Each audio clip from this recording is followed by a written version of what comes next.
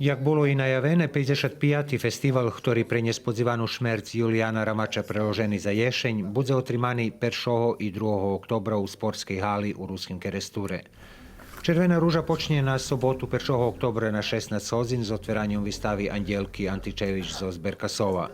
Potom ušlídzi Červené pupče, ktoré počína na 16 hodín i 30 minúty a sobotová programa bude zakončena zo manifestáciou od Húky z Rovniny, ktorá by mala počas na 20 hodín.